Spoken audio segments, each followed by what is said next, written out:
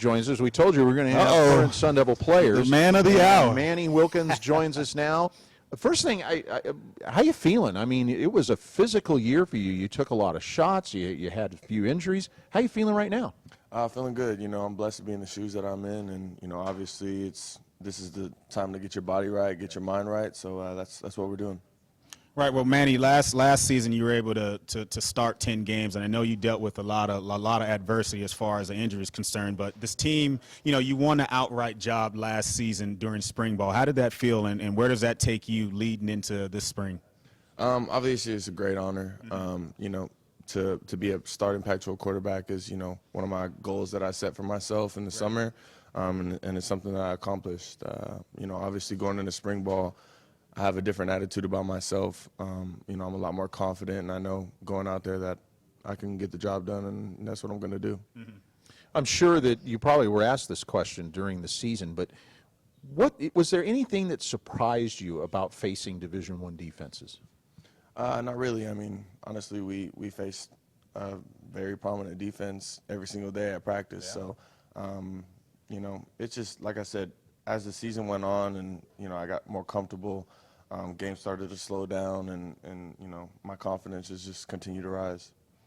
Yeah, speaking of your confidence, ladies and gentlemen, this is Manny Wilkins we have here. But speaking of your confidence, where is that at now? Because, you know, just thinking about last year, you did some really, really good things. You were named the starting QB.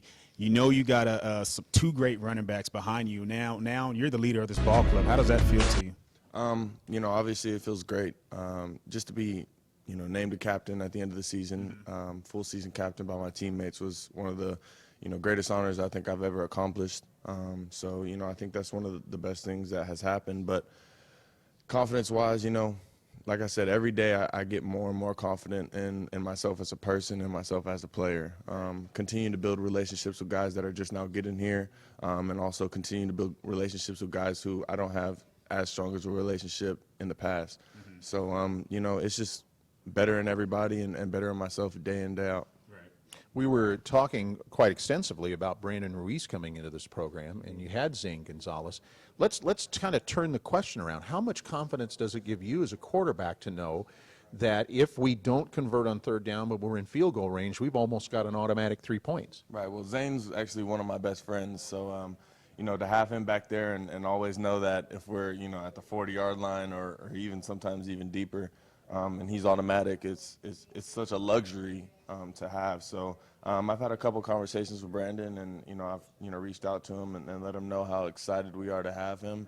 And you know, now it's just time for him to come in and do what he's coming here to do, which is go out there and every time he steps on that field, get something through those field goals. That's an important part too, and about the whole process of a student athlete coming to Arizona State or to any school is feeling comfortable with his teammates. And I think that's a big part of it too, is to reach out to players that you know are planning to come to Arizona State.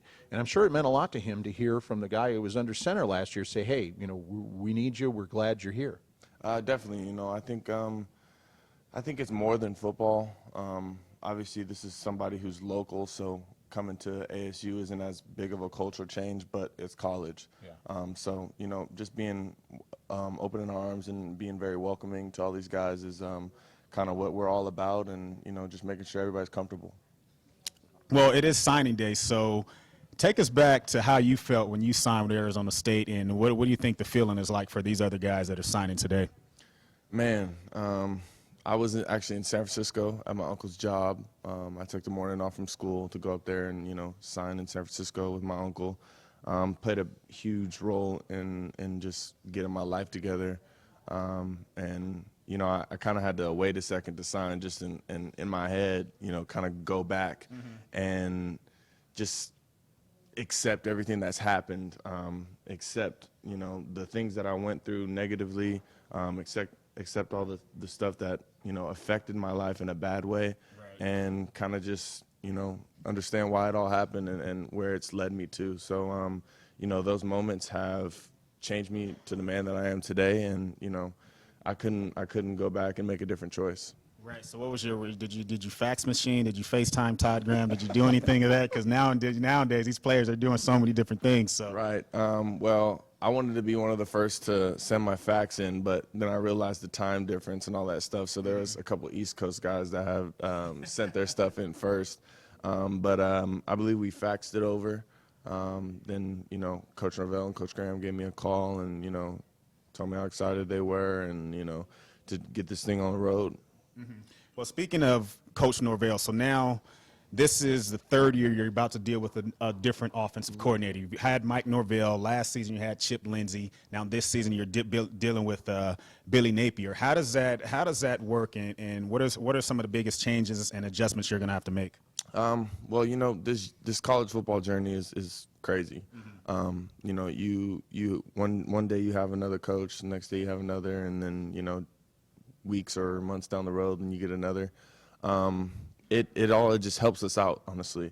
Right. I mean, especially for guys who are and at the end of the day wanting to go to the NFL, building that resume of having different offensive coordinators and working with them and doing the things right with them is only going to make scouts and all that stuff and make their eyes pop that, okay, this guy can adapt to different systems and adapt to different terminology and pick up on it fast and execute the game plans and all that stuff. So.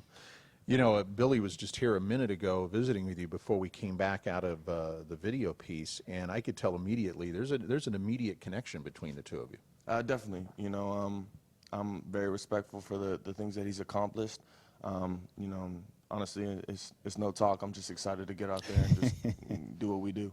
Well, it's good to see you back at full health, and you've used the opportunity to rest and recover, as they like to say, and I know you're excited to get out to spring football, and we're excited to see you back out there again. So thanks for coming by today. Thank you. Appreciate it, Manny. Thank you. Sun Devil quarterback Manny Wilkins, and as we said, what a tremendous year he had last year.